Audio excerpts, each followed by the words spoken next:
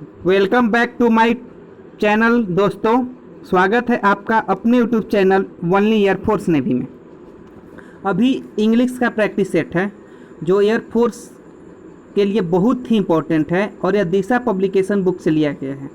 यह practice set number दिशा का 1 है। अभी पीछे 4-5 प्रैक्टिस सेट हमने करवाए हैं, वो भी बहुत ज़्यादा इंपॉर्टेंट है।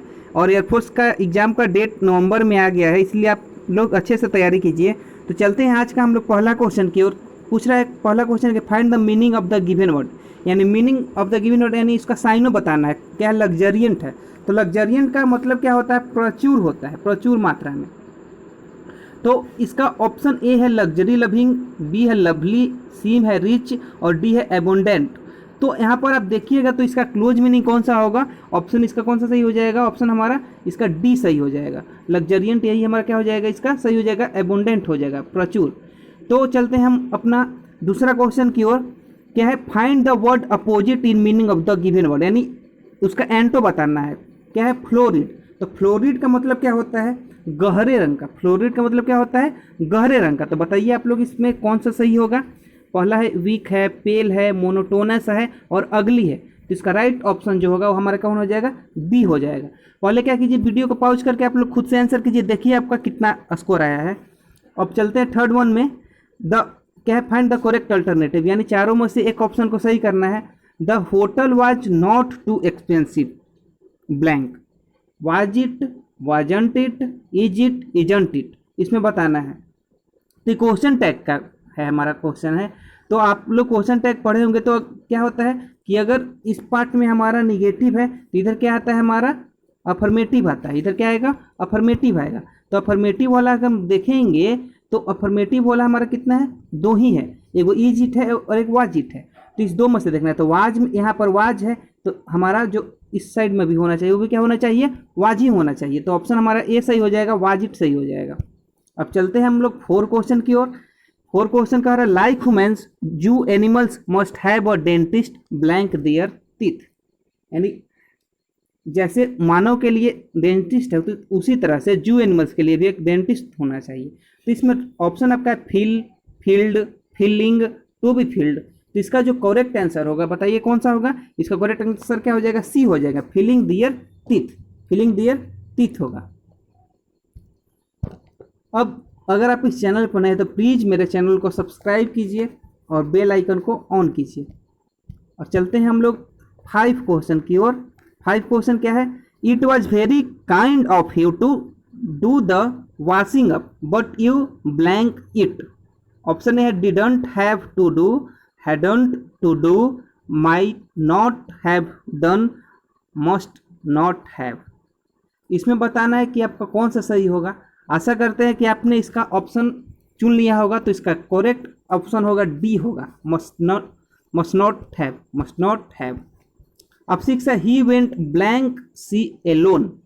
यहाँ प्रीपोजिशन का क्वेश्चन है। प्रीपोजिशन यहाँ पर बहुत इंपॉर्टेंट प्रीपोजिशन है। यह बताइए इसमें इन होगा, टू होगा, इन टू होगा कि ऑन होगा? तो बहुत लोग यहाँ पर क्या करेंगे? ही वेंट टू करेंगे, जो कि ऑप्शन क्या है? गलत है। इसका राइट ऑप्शन होगा वह क्या होगा? सी होगा, क्योंकि यहाँ पर एलोन का बोध हो रहा है। एलोन किसको सपोर्ट करता है? इनटू का। He went into sea alone होगा, न कि टू होगा।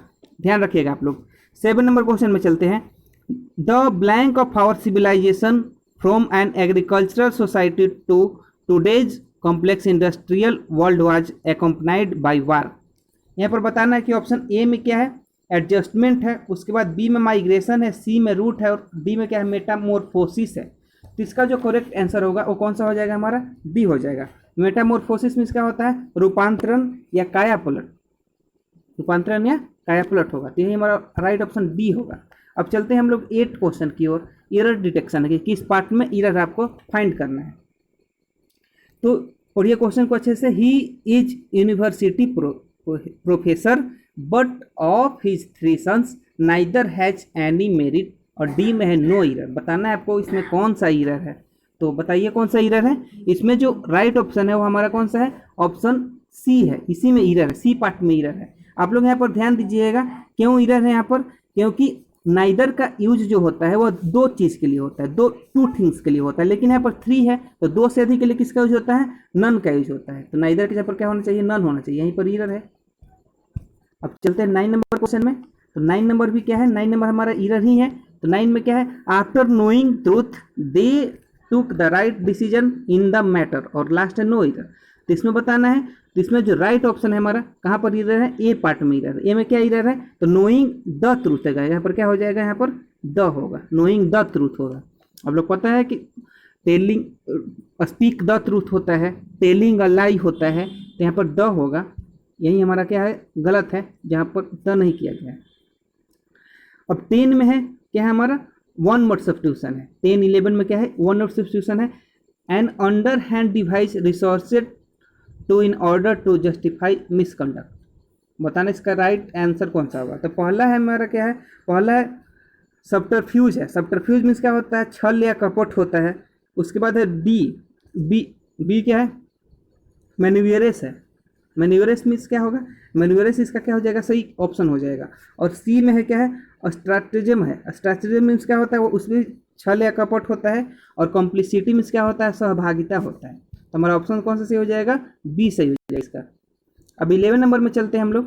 11 नंबर क्या है, इम्पॉसिबल टू डिस्क्राइब, यानी जिसको वर्णन नहीं किया जा सकता है, यानी जो अवर्णनीय है, तो उसको क्या कहा जाता है, उसको कहा जाता है, बताइए आप लोग, इसका राइट ऑप्शन कौन सा हो जाएगा, बी हो जाएगा, इनइफिएबल हो जाएगा। और तो देखते हैं ए में मिराकुलस मीन्स क्या होता है, मिराकुलस मीन्स क्या होता है, मिराकुलस मीन्स होता है अद्भुत या अजीब। उसके बाद सी ऑप्शन में स्टुपेंडस है। स्टुपेंडस मीन्स क्या होता है, स्टुपेंडस मीन्स होता है अति विशाल, है जो बहुत ज़्यादा विशाल हो, बड़ा हो। अब डी में है अपेलिंग। तो अपेलिंग मीन्स क्या होता है, अपेलिंग मीन्स होता है भय उत्पन्न करने वाला, यानी जो डर उत्पन्न कर देता है। 12 नंबर है कि करेक्टली स्पेल्ड वर्ड बताना है कि इसमें कौन सा जो स्पेलिंग है वो सही है। ए में है कोलाबोरेट है, कोमोमोरेट है, कोलेट है और चॉकलेट है। तो आप लोग देखिए, तो चॉकलेट का स्पेलिंग सबको पता हुई, तो ऐसे ही गलती है।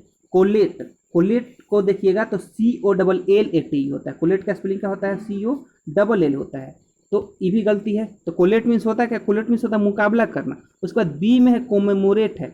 कोमेमोरेट में क्या होता है, COMME होता है, डबल एम के बाद क्या होता है, ई होता है, लेकिन यहाँ पर डबल एम नहीं है, तो बी भी गलती है। कोमेमोरेट मीन्स होता है मनाना। और यहाँ पर राइट ऑप्शन जो है वो करेक्ट स्पेलिंग कौन सा, कोलाबोरेट का स्पेलिंग यहाँ पर बिल्कुल सही लिखा हुआ है। कोलाबोरेट मीन्स क्या होता है, सहयोग करना, COLLABORATE, कोलाबोरेट। अब 13 है क्या हमारा, इडियम फ्रेज है। तो इसमें तो आंसर लगा हुआ है, ए bolt from the blue. A bolt from the blue का मतलब क्या होता है, एक आकस्मिक घटना होता है, यानी ऐसा घटना जो आकस्मिक हो गया हो, तो क्या हो जाएगा, एन अनएक्सपेक्टेड इवेंट, इसका राइट ऑप्शन हो जाएगा। अब 14 है, वॉइस से क्वेश्चन है, India on the match. India on the match का राइट ऑप्शन जो होगा इसका बताना है।